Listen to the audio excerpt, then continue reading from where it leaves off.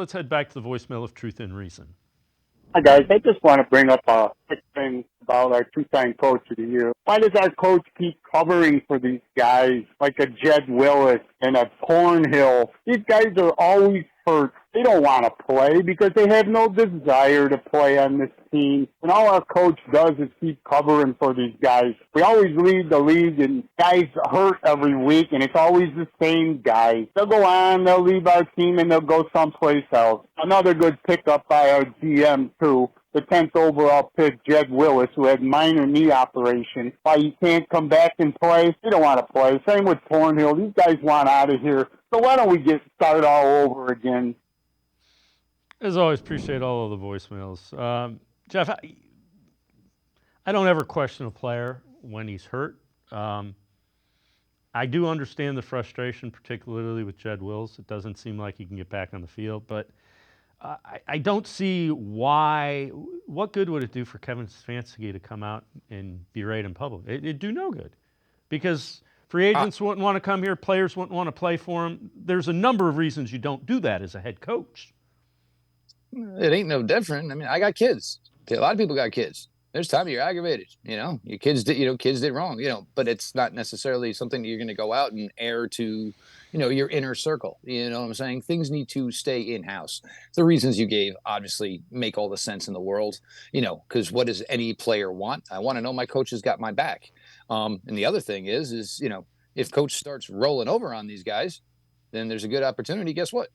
Coach is also now on the open market as well. Look, Jed Wills. Do I think Jed Wills doesn't want to play? Probably no. I think he does want to play. There is no way for Jed Wills to advance any more money on a prospective contract by not playing. If nobody's going to see him play, they're just going to remember what they saw, and it's not going to be much money whatsoever. Jed Wills better pray that Bill Callahan stays in Tennessee, because that may be his best option for a job next year. Again, there is culpability here from the Cleveland Browns. There will always be in regards to Jedrick Wills. You drafted somebody to perform a job that you never saw him do.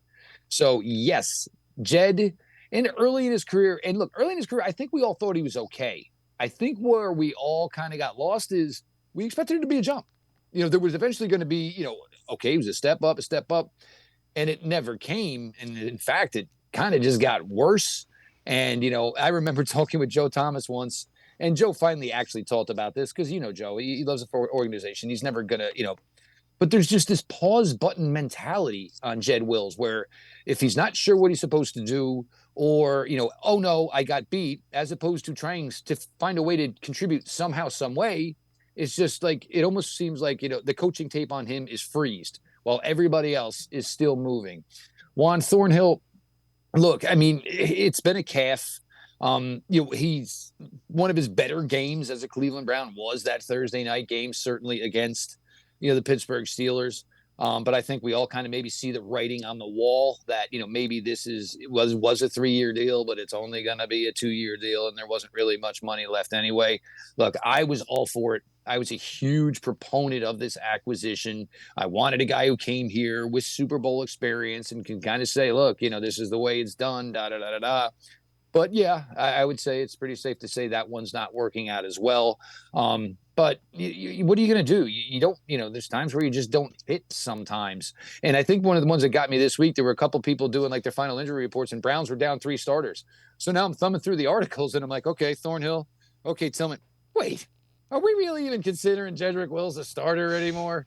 Look, there's just certain guys, and at a certain point, in any season, well, this guy's not going to be a part of next year's version of this team.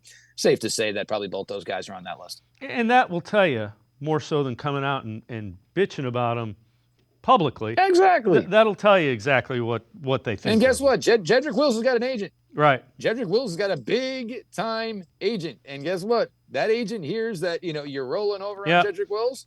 Yeah, maybe we'll come out to Cleveland on our 4th or 5th free agent visit. No, maybe we won't make it our 1st or 2nd. Right. There's a respect thing, and there's a lot of things that go on behind the scenes that people, at this day and age with all the information that's out there, they should probably know.